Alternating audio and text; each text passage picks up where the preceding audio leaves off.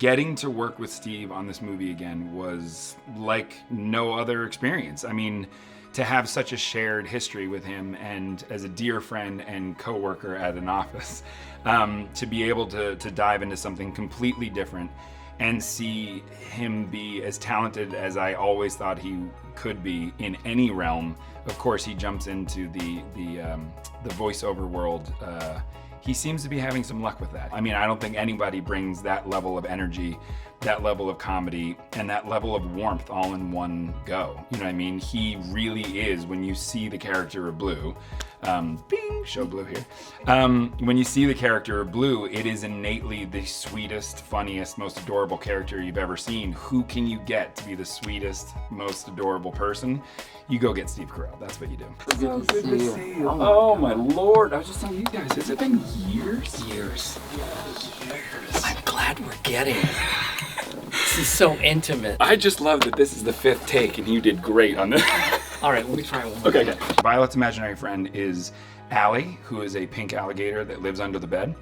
And I said, "Are you scared of Allie?" And Violet said, "Why would I be scared of Allie? She's under the bed to protect me from bad guys." And I went, okay. So Allie's in the movie, played by Maya Rudolph. And my daughter Hazel had an amazing imaginary friend. We were sitting around a campfire a long time ago, and when you first are exploring the world of s'mores, you realize very quickly that you can't leave the marshmallow in for too long or it lights on fire and falls into the fire. Hazel thought that was one of the funniest things ever, so she invented an imaginary friend who was always on fire. So it's a marshmallow that the top of it is always on fire, and he will also be in the movie too. Sing Butterfly, played by Phoebe Waller-Bridge. Devilish style, adorable accent. I'm surprised it wasn't obvious. So are there more of you? Say no! Yes. For me, shooting practically is the most important part of any movie, whether it's all practical or there are visual effects elements, because your job is to bring people into the movie as honestly and in a real way as you can. And then introducing some magical elements, even in A Quiet Place. My job was to shoot 0 green screen and make sure that we shot the movie as if it was the real world. And then my job was to drop in these creatures in the background whenever they were necessary. And I wanted to do the same thing. My favorite movies and my favorite directors shoot everything practically, and that is for a reason. It's to bring you into that world in an organic way. If I can bring these actors into a world that looks and feels like the real world, then you believe that these imaginary friends are actually there. Oh, here we go. Sam Rockwell. Keegan-Michael Key. Last week, I just started falling apart. I am so excited for my kids to see this and totally terrified for my kids to see this. They're gonna be the most honest critics of my entire life. This is a huge, wild, fun movie, and it all comes from a place of total and pure love. It's not just fun and funny and adventurous and magical. It's also very heartfelt, because I think that when you're dealing with the things that are most important to kids, it is heartfelt. And the truth is, we all have a kid inside us. We just have to find a way to invite them to go back. And I think that that's what I'm most excited about. She is the perfect fit, I promise. Did she even see you? She was about to. What are you doing? Don't do this. Fiona Shaw does one of the most beautiful performances I've ever seen.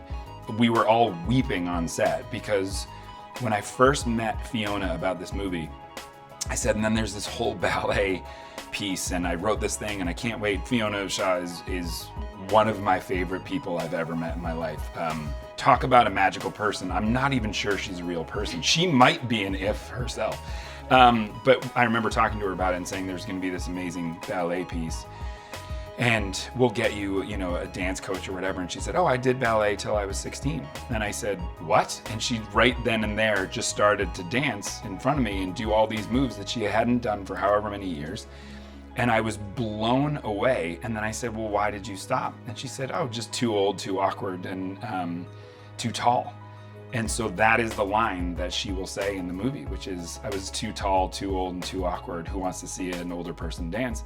And that's exactly what happens before she dances. And so it was all just so serendipitous and beautiful. And the moment she said that, I was like, that's what the movie's about.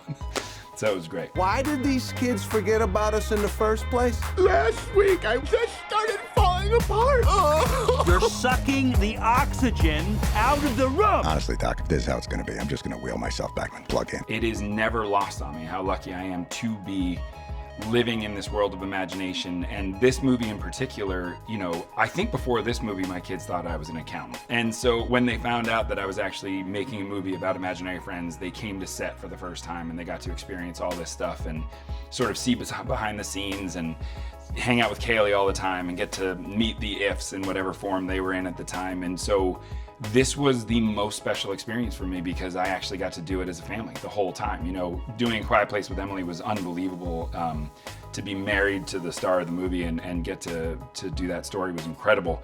But actually to have your kids involved from the ground up. And so nowadays they're asking, you know, when does this come out and is this done? And when I explain to them that I'm in VFX and, you know, Blue's coming together and he's almost done, and they're so excited about it as if they're gonna get to see one of their friends that they haven't seen in a really long time. Starting to see why I live alone. Keith! What kind of a kid creates an invisible if? One of my favorite characters is the character of Blue, who Steve Carell plays in the movie. And my idea for Blue actually came from an experience with my daughter Violet, who when she was young used to tell me that my favorite color was purple, even though my favorite color was clearly blue.